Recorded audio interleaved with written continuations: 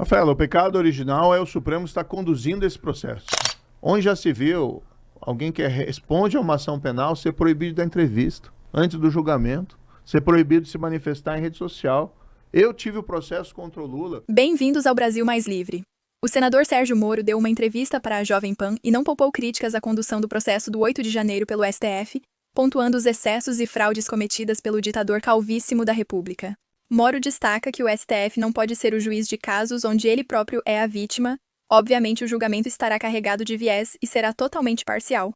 Também vamos ouvir a opinião de Moro sobre o absurdo das prisões do 8 de janeiro, pessoas que não quebraram nada, inclusive idosos que apenas estavam presentes na manifestação, estão presos há 2 anos. Moro também fala sobre as ordens ditatoriais de Alexandre de Moraes proibindo Bolsonaro de dar entrevistas e faz um paralelo à época em que ele julgou o ex-condenado, onde a condução do processo ocorreu de forma legal e legítima.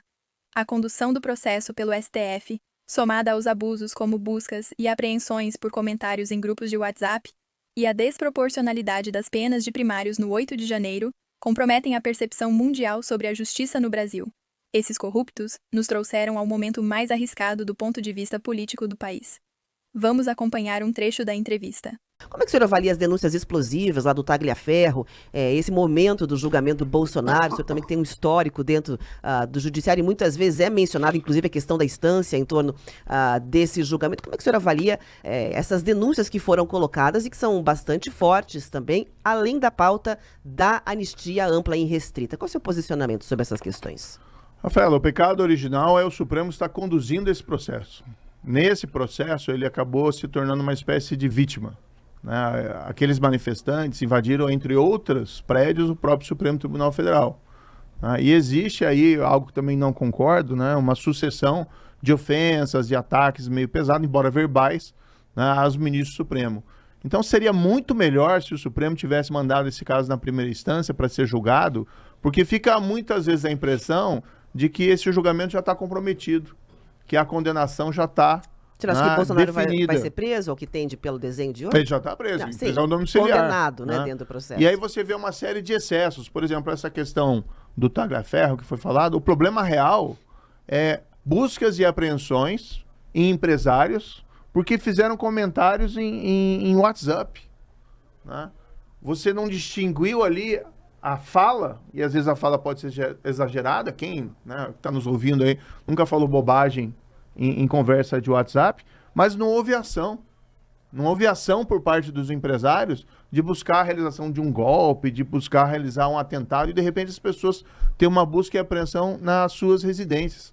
Então esse processo acaba se ficando comprometido, e a meu ver, pelo fato, não deveria estar no Supremo, e o próprio Supremo, de certa maneira, é uma vítima. Então faz com que vários desses assuntos sejam tratados, na minha visão, com fígado.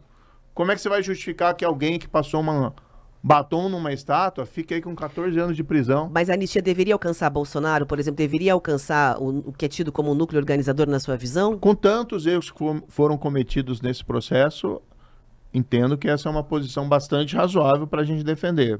Falei publicamente recentemente. Onde já se viu alguém que responde a uma ação penal ser proibido da entrevista antes do julgamento, ser proibido de se manifestar em rede social. Eu tive o processo contra o Lula, condenamos o Lula, mandamos ele para a prisão porque eram crimes de corrupção, comprovados, depois teve essa reviravolta política. Ele nunca foi proibido de dar entrevista ou de se manifestar antes do julgamento. Ao contrário, ele falava pelos cotovelos, vamos lembrar isso. E ele era pesado nas suas palavras. E ele se aquartelou lá até ficou, acho que 48 horas. Havia uma ordem de prisão, ficou 48 horas aquartelado num sindicato em São Bernardo, salvo engano. Fez discurso, tudo. O senhor acredita que, pelo o que o Tagliaferro está apresentando, é possível que o Supremo também anule esse julgamento envolvendo o 8 de janeiro de Jair Bolsonaro? Acho que a saída, sinceramente, o que eu vejo é política, A política em buscar essa anistia, alguma coisa que tire essas pessoas da cadeia. Eu fui visitar várias dessas pessoas na cadeia. Tem gente presa em Curitiba, inclusive, que foi transferida, que a gente ajudou na transferência para ficar mais perto da família. Mas conheci gente muito humilde, gente de idade, presa desde o 8 de janeiro, porque foi naquela manifestação e fez a besteira de entrar no Palácio do Planalto e foi encontrado lá dentro. Não quebrou nada, não quebrou nenhum lápis.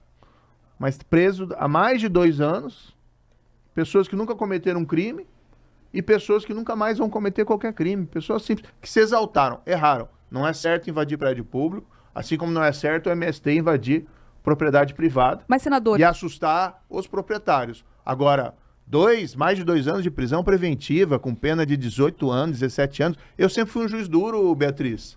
Eu mandava traficante para cadeia, pena pesada.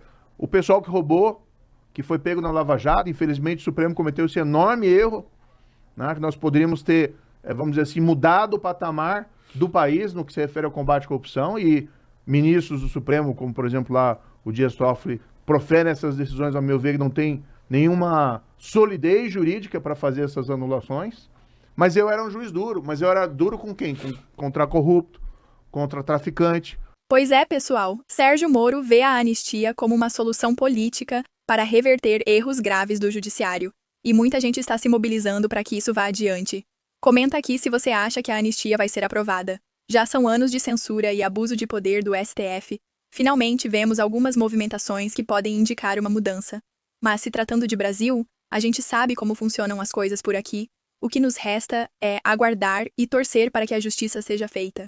Devemos fazer nosso papel como cidadãos e demonstrar a insatisfação com esse governo. A luta pode ser vencida. Amanhã, dia 7 de setembro, vá para a capital mais próxima e vamos encher as ruas do país para mostrar que o Brasil está de saco cheio de toda essa corrupção. Muito obrigada por assistir até aqui. Se você gostou do vídeo, se inscreve no canal. Isso ajuda muito a gente a continuar produzindo vídeos todos os dias. Que Deus abençoe você e toda a sua família.